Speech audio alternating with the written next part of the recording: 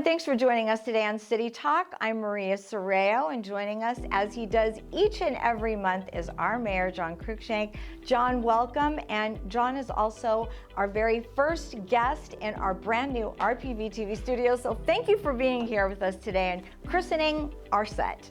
This is super, and I know that you're probably going to show a clip of us doing a mini ribbon cutting. That's right. But for the years that 20 years almost that Yes. RPV TV's been here in our city doing great work, you had a set that was time for them to retire. It was time, and yes. to have this happen where all of our audience gets to see you and Liz with your bright and shiny faces. Thank you, John. And That's nice. the great interviews that you give here. Thank you. I think that this just it's important that you have the right working environment. And I know you're going to miss some of the old We'll miss plants the tree, and- but you know, well, it was given a nice burial, so it's all good. Okay, good. It's good. Yeah, that sounds good. So many things to get to, obviously. It's been a busy month. I know you just came from the mayor's breakfast. Can you give us kind of a recap of what went on? Well, sure. And for those of you that don't know, in our city, we do have a monthly mayor's breakfast. Mm-hmm. That gives the opportunity. So we have 6 committees and our planning commission. The heads of those meet with our city manager and also one of my fellow council members. Today happened to be council member Barbara Ferraro. Mm-hmm. She joined us, but we rotate every month. We meet locally in one of the Rancho Palos Verdes resorts or at Terranea. They're both resorts. Right. And or Trump National. And we have an opportunity to kind of compare notes because we're all very busy doing different things, and we want to make sure that all of our committees know what's going on because you know, they've got to take actions on things. And so having a well-rounded knowledge of what goes on in our city is really important to make good decisions. And I know there was many new community members Yeah. to some of the committees. Tell us about that. Well, so at one point we used to have different times where we interview to fill positions in the different committees and planning commission. And what we did is we consolidated it to the June timeframe because our fiscal year starts in July. This time around, we had 20 spots to fill on those 6 committees and commissions, and we had 36 applicants, which I understand probably is a record number of applicants, and it was so many people, and we always make sure that we interview each one of them in person. Yes. Not only reviewing all their qualifications, but then meeting them and asking questions. That happened over a 2-day period, and we filled 20 positions, and so there'll be many new faces, but there'll be some familiar faces, and we also had an opportunity to make sure that each one of those committees and planning commission have a new chairperson for the coming year. I think that face-to-face is so important. What do you learn most when you talk to people face-to-face like that? Well, I think that when you have an opportunity to just kind of understand their demeanor, you know that when you read every one of their resumes, and I know you know people in our city, they're very qualified. Of course. So it's hard to distinguish someone's, you know, how well are they going to do. And so understanding their demeanor and answering questions and getting a chance to see them, and that is the kind of the last part of our process, and then we take a vote during that city council meeting and all 5 members. And for the most part, it was decided. I think we had a couple infrastructure management advisory committee members that are now on our planning commission. Okay. So then that opened up a spot on our infrastructure committee, and so that we were able to get a new person to be on that committee as well. So some people moving around. Right. Some new faces. Which is great because you can learn so much by being on different committees. 100%. So the landslide, that's been a huge topic, obviously. The ongoing state of emergency here in the Portuguese Bend area. What can you tell us about that? Well, you know, we've talked about this every month, and of course, at every one of our city council meetings, it's always top at the number one topic. So right now what's going on is people drive through Palos Verdes, drive south, and they'll see the fencing at Welcome Park there. That fencing is basically the drilling operations that are going on. I believe we're going to do, I think we said 10, but I think there's 11 boring holes we're putting into the ground to map out what's there. Because we're going to have 2 hydrauger systems that are going to be put in. Yes. These each are not inexpensive. They're $4.5–5 million each. we want to make sure that when we put them in, they work and they're there forever, hopefully, and drawing water out of the landslide to reduce the rate of movement. Okay. One thing that we're finding is that water is in different areas, not quite exactly where we thought.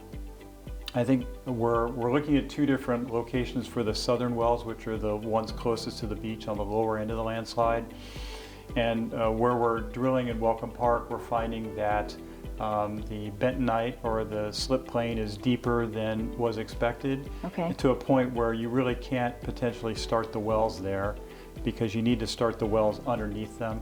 So we're going to continue doing our boring wells and down near the Portuguese Bend Beach Club. Mm-hmm. And we might end up having to put the first hydrauger down at the beach club so that it's low enough to be underneath that slip plane. So our geologists are busy analyzing that data, and they're out there constantly, and I think we're bringing another 1 or 2 drill rigs out as well to try to continue that mapping before we commit to a large city expense to start installing the hydroaugers. Speaking of that, I know at the June 4th meeting, the council approved the terms and conditions of loan assistance packages for the 2 landslide abatement districts made up of property owners and the city. What impact will this have?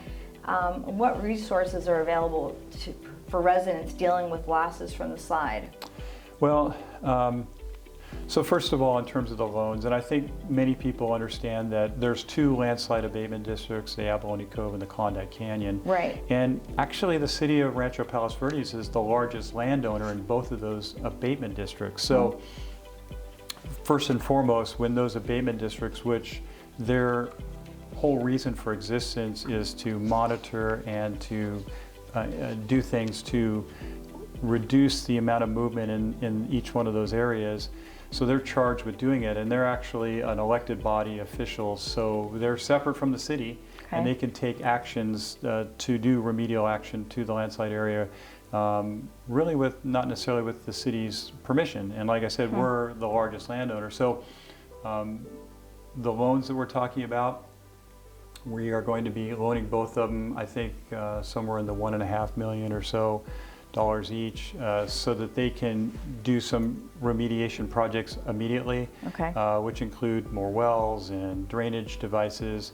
And so that'll help them do that while the city's doing its own project within the Portuguese Bend main complex area, including the hydroaugers that we talked about. So much going on for sure. What are the latest numbers of the red tagged and damaged properties, trails, utility lines, roads, and the deconstruction of the beloved Wayfarers Chapel? Right. So, so fortunately, there's the number in terms of red tag homes is still 2. Okay. Those 2 homes are in the Seaview area. Yes. They were red tagged back in 2023.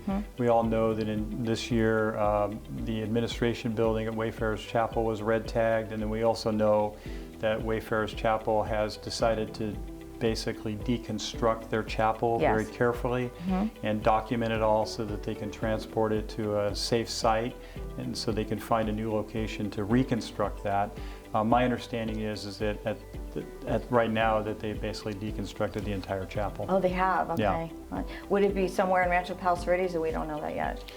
Well, so certainly where it's going to be stored is in Rancho Palos Verdes, and because the structure is made out of redwood trees, and you have to keep the same sort of environment for those to remain in. You don't want it to be too hot or cold or wet, because then it'll end up putting distress on those members and cracking many of the structural elements of the chapel. So the actual chapel itself is going to be stored in Rancho Palos Verdes. And then, of course, we want to find any way we can to make sure that they stay in Rancho Palos Verdes. Yeah, people love that chapel from really all over. Also, recently we were at Ladera Linda for a State of the City. What can you tell us about that? Well, so my understanding is that we used to do State of the Cities many, many years ago. Since I've been on the City Council, we have not. We all see that other cities are doing that every year. I think it's a great way for our residents and our neighbors to know all the things we're doing. Right. And so I thought, well, instead of just doing a State of the City where the mayor gets out and talks about what's going on, I thought, why don't we have it where not only myself and the Mayor Pro Tem, Eric Alegria, have a chance to speak, but also our city manager. Right.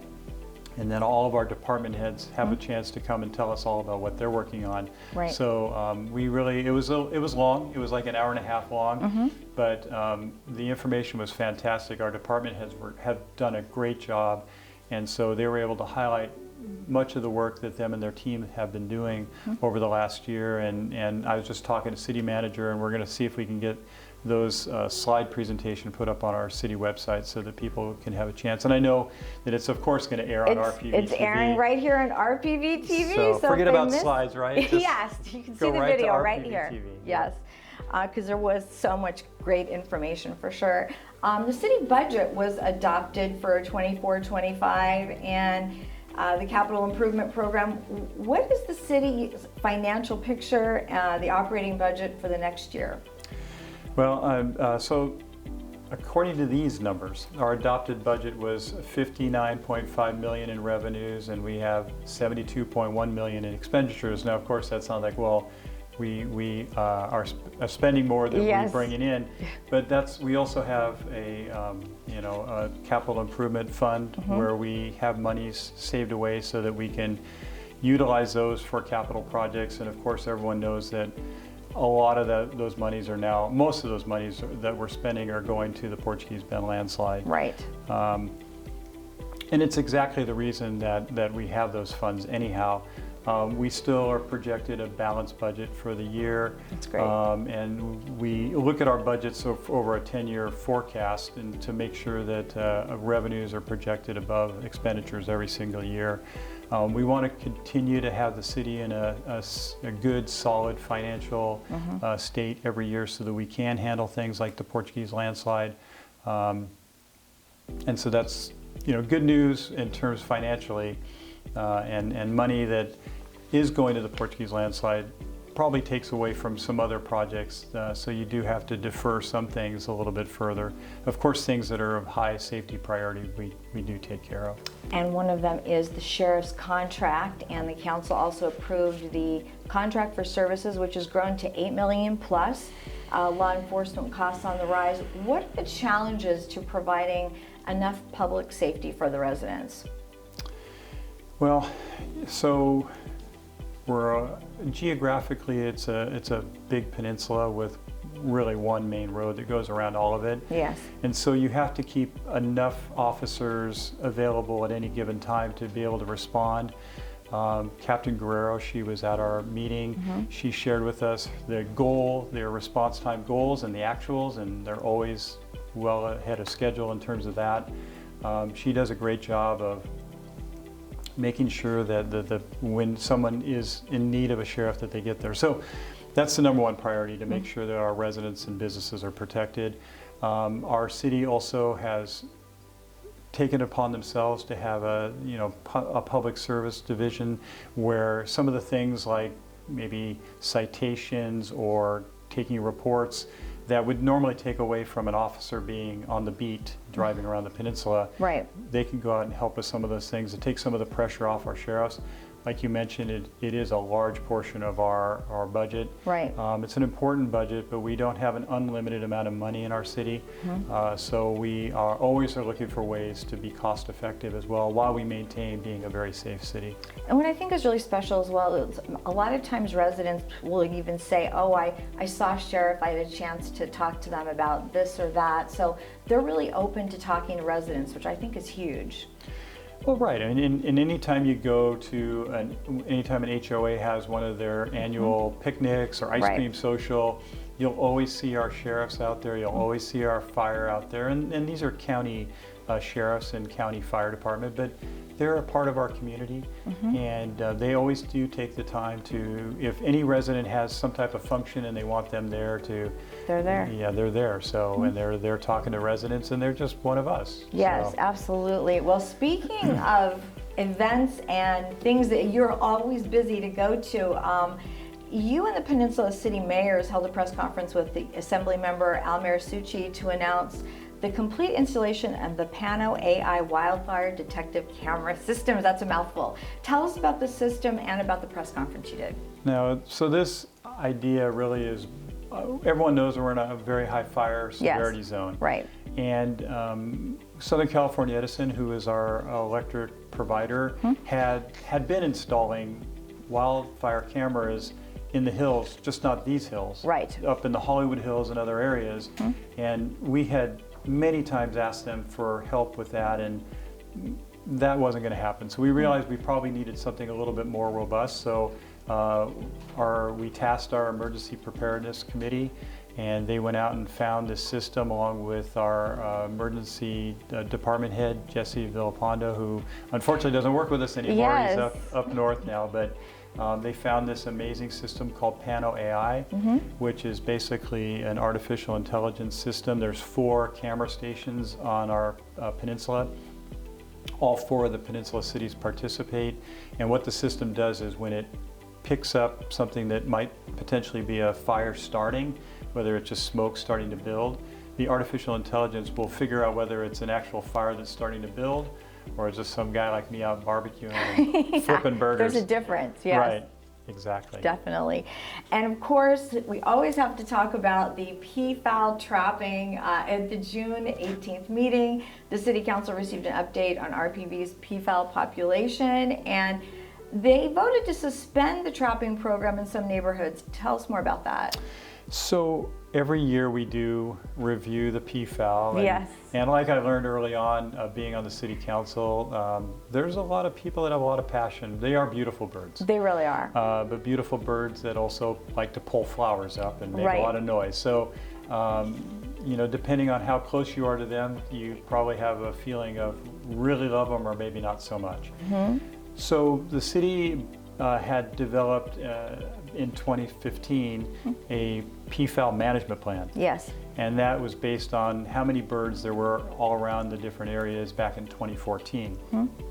And so we basically and every year we do a census, you know, how many birds are in these different areas. Right. And then someone's literally out there counting the birds. Fortunately, it's not in the tens of thousands. Yes, exactly. So we're only talking 100 or so. And Right. so basically, we look at how it compares to that year, and if it's still below that benchmark year, then usually we just suspend it for the year.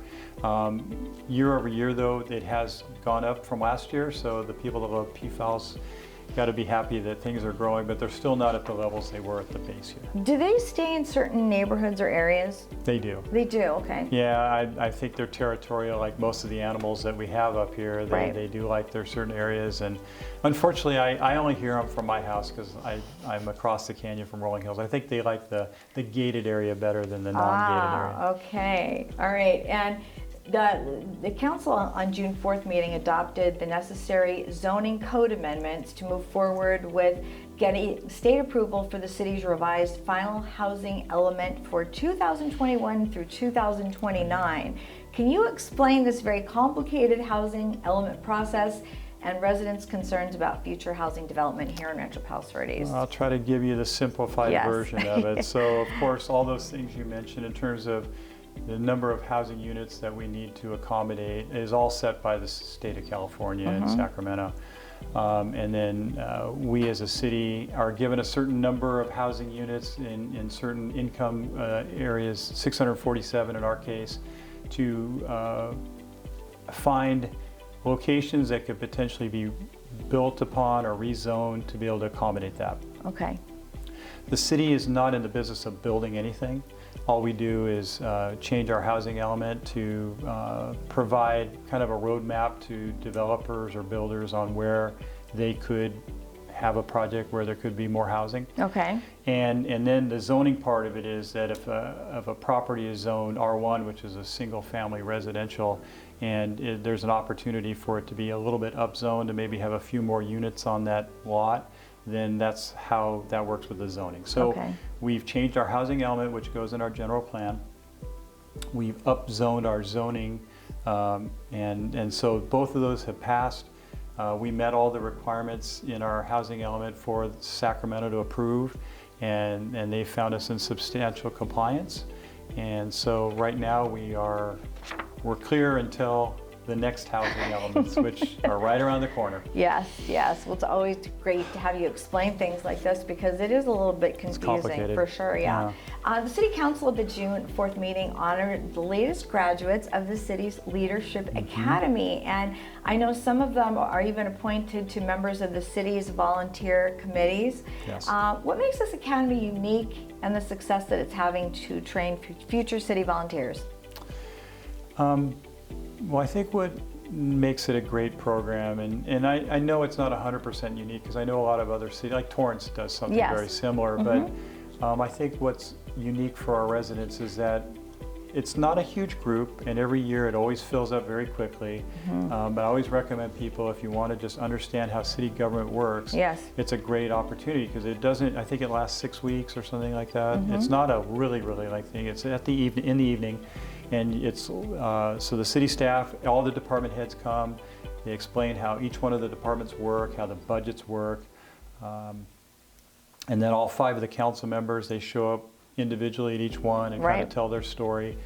And all the people that were there seem so engaged. And I think, you know, I went through the academy many years ago as well, and I remember leaving with a big binder of stuff, and I think it's all just, you know, basically, they probably everything's on the cloud now, but all the information, it blows your mind how city government works and the complexities of it. And you think about it, there's 42,000 plus people in the city, and I think our city staff is 100 people or less. Right. And so it's a big task to be a part of the city, and so each department needs to be understood first, though, because they all have to work together, and our residents have an opportunity. And like you said, I think about 20 of those people were applicants on our committees. What do you remember most about that program when you went through it? Well, I think I remember how complicated the finance was. Okay. And I still am trying to figure some of that stuff out. It's, yeah, because the budgets are so interesting, and it all revolves around that. Of course. And our city is very unique. And then I also remember about the planning department, because we're very unique here with the view restoration and bulk and mass and neighborhood compatibility.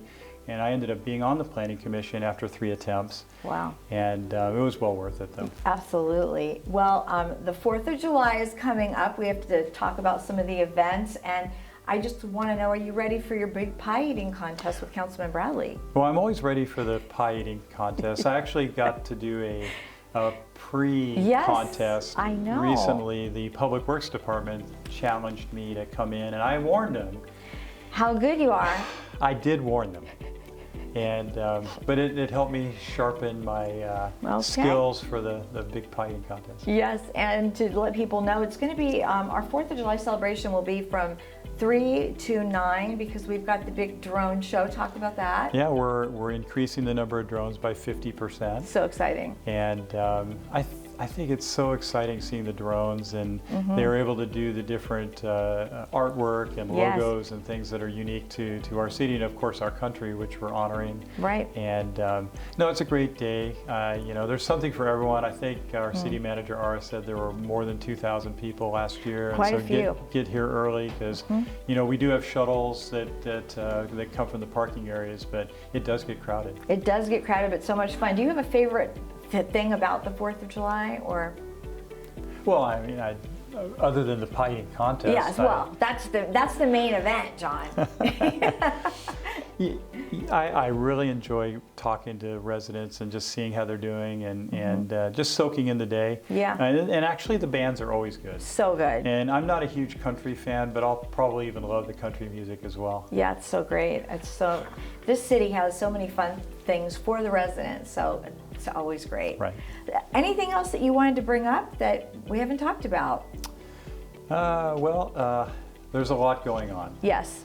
And I would say that, you know, people are getting over a lot of things, and we're still going through this with the Portuguese Bend landslide. I think that our residents have been amazingly patient with the things that happen, and even the ones that don't live in the landslide area, I know their hearts are with those people that are in the area, and I get asked about it all the time and what we're doing.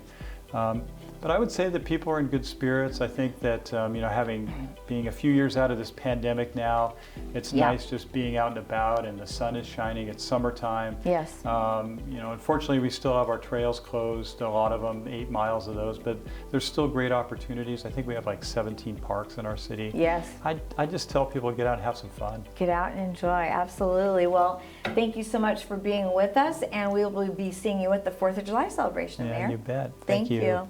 All right, that will do it for this episode of City Talk. I'm Maria Serrao, and we'll see you next time.